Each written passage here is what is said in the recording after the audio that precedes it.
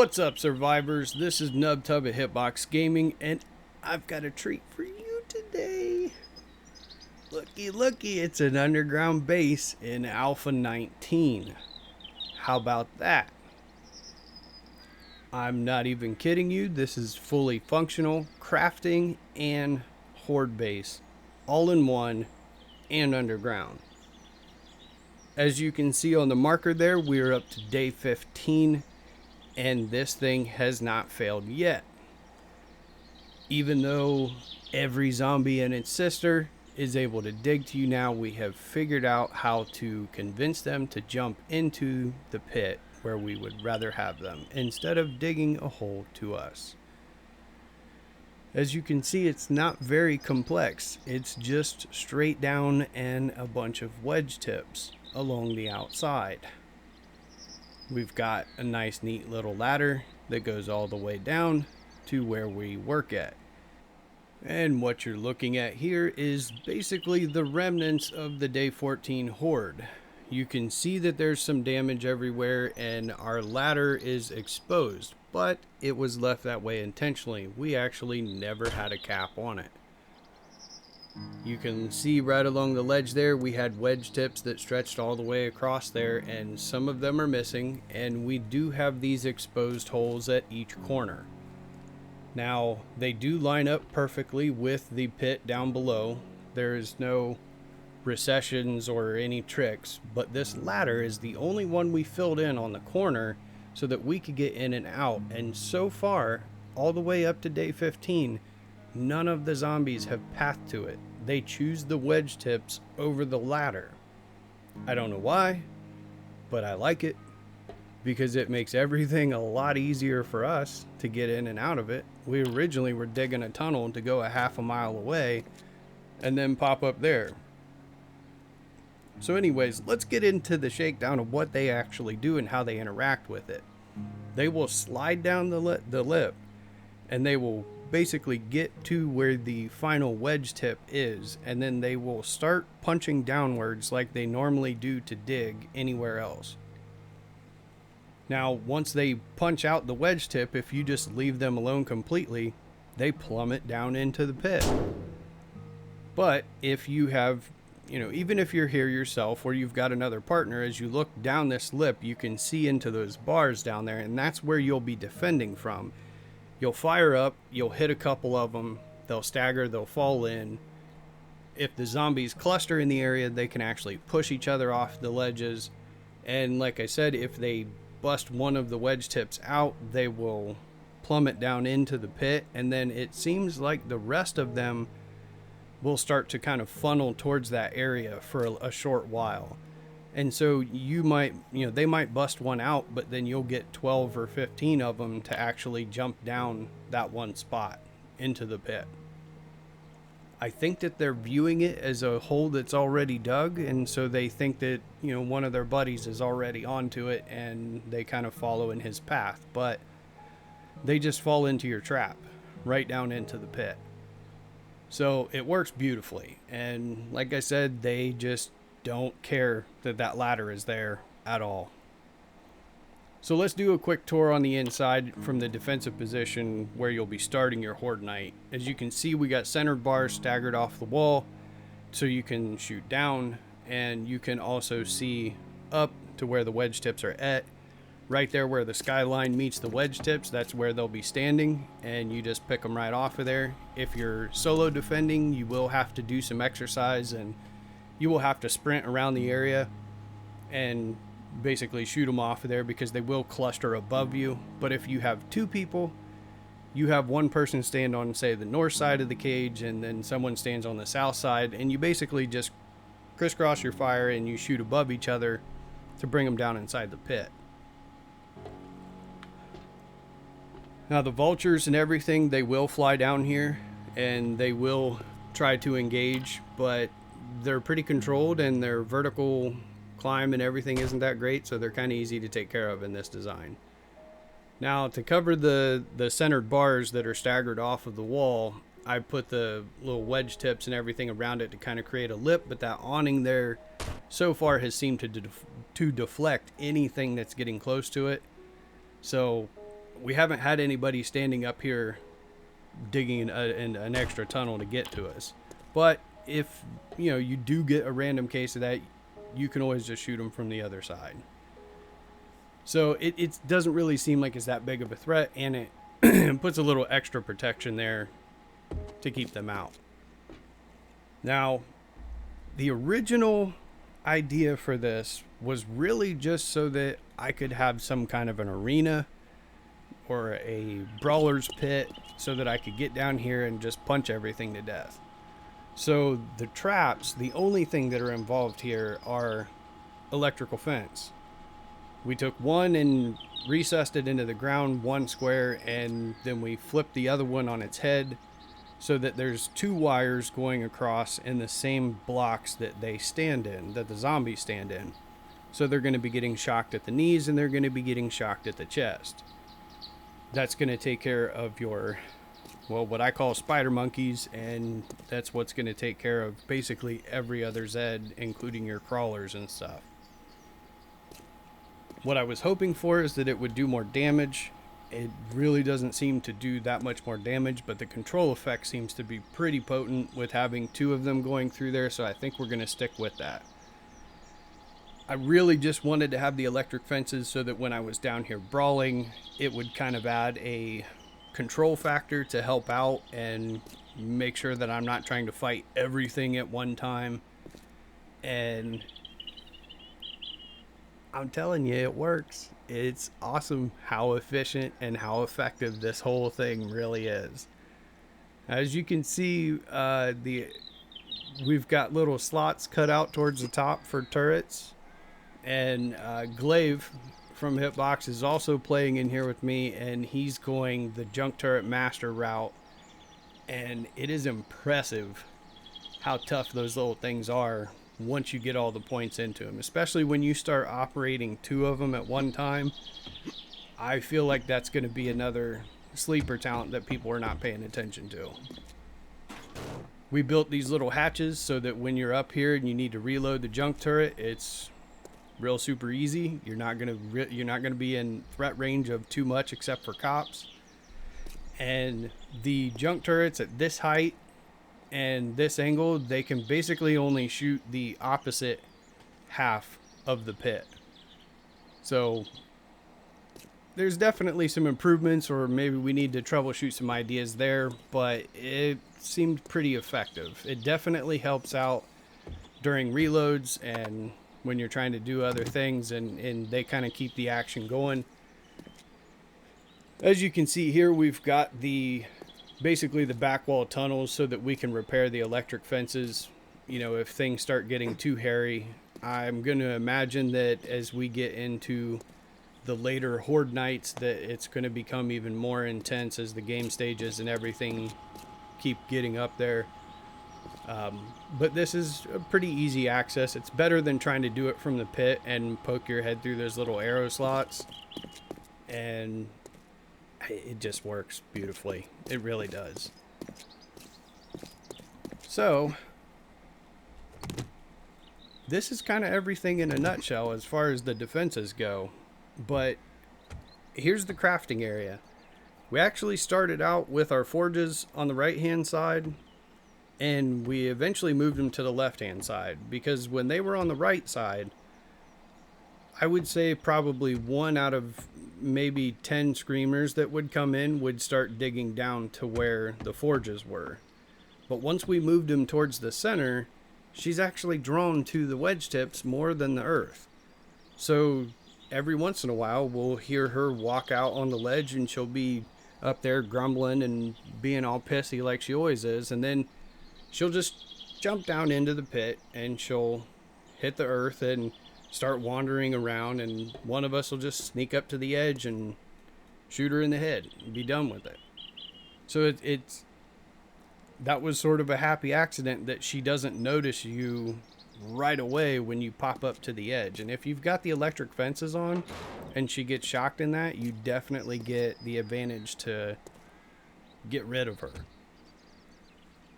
So as you can see, we left a lot of open space in here.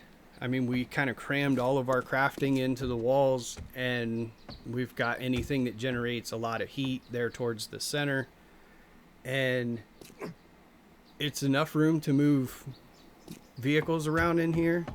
We were going to dig a tunnel. We had started digging the tunnel to basically go a half-mile out and then kind of resurface through maybe like a drawbridge or something that was serving as like a giant hatch or whatever. But I don't know that it's necessary, because until they start paying attention to that ladder, that's much easier access, and it's less threat that they're going to dig down through the tunnel sometime when you're over there doing whatever. Like if you're over there running an auger or something like that. But there you guys go. This is it. This is the basic design. This is the basic tour, and I hope you guys enjoy it. Here's the Horde Night, and you guys will get to see it in action.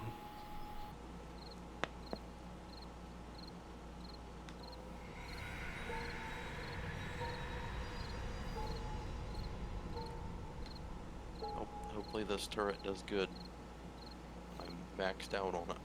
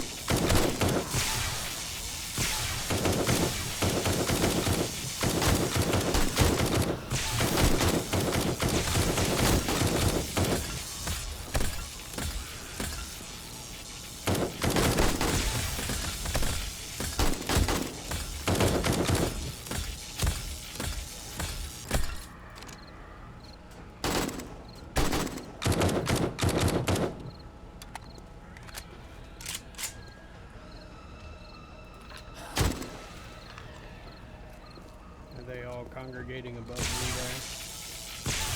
I was just looking up and shooting some of them down.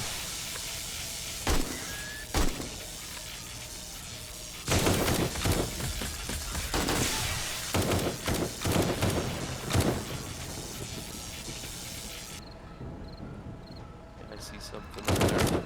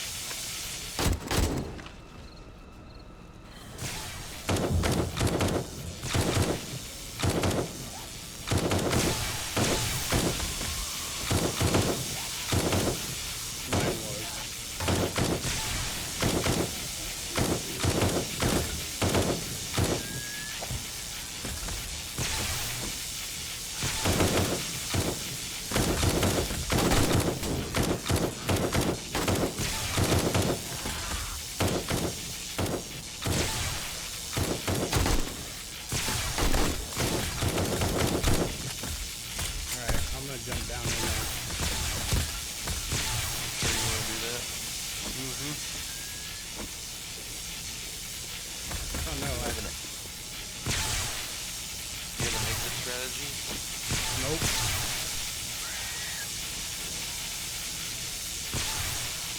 There we go.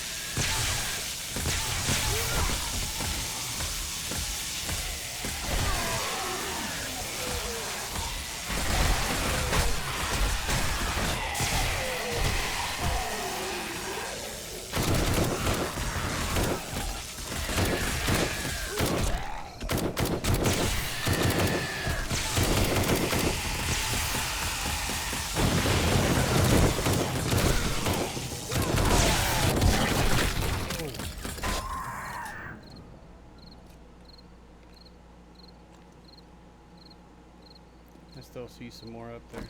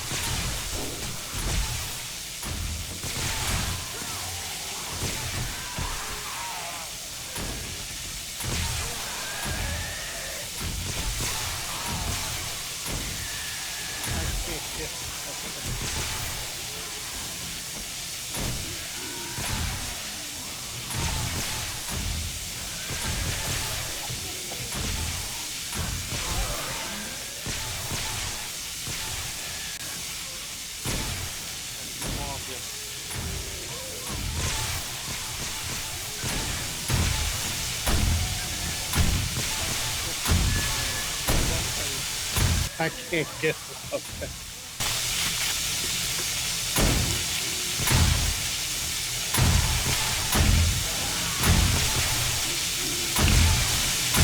Oh no.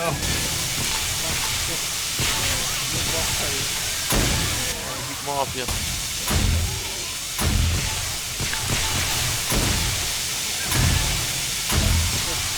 Why can't the bars?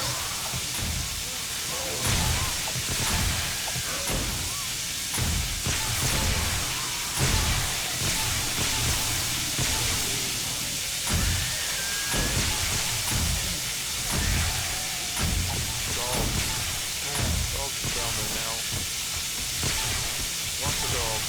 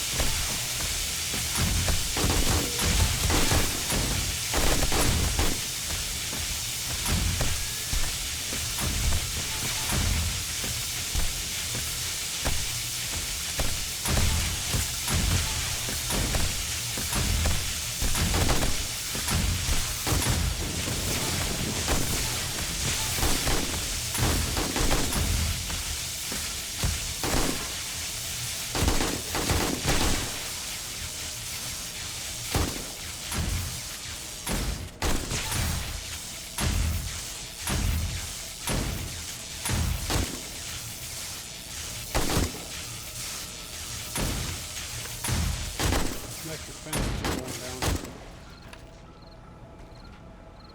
Why are they going down? They're broken.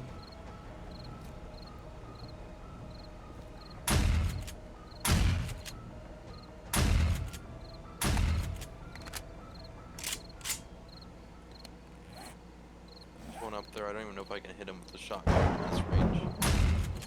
Okay.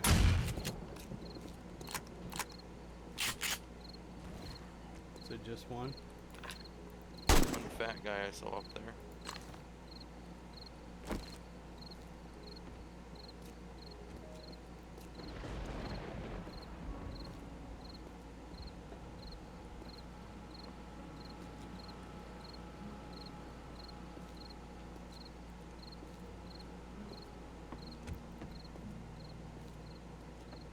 Okay, I'm not seeing any more up there.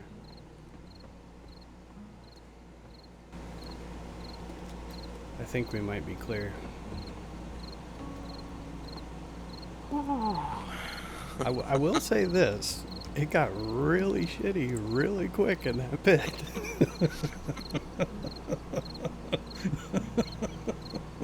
Yeah, because I was sitting there using my AK ammo to thin them out for you, and when I ran out of AK ammo, it filled the pit quick. Yeah, I think that's like I was doing okay, and I got an infection, and so I had to pop pills while I was down there. And while I was popping the pills, I thought, hey, you know what? I'll take the vitamins too, because that'll keep me going, and I'll be disease resistant or whatever. So I popped those, and then they just like rained on me, and they were striking me as they're hitting the ground, and then all of a sudden they broke my arm and my leg. And I was like, this is bad, because I'm all about using my arms and my legs.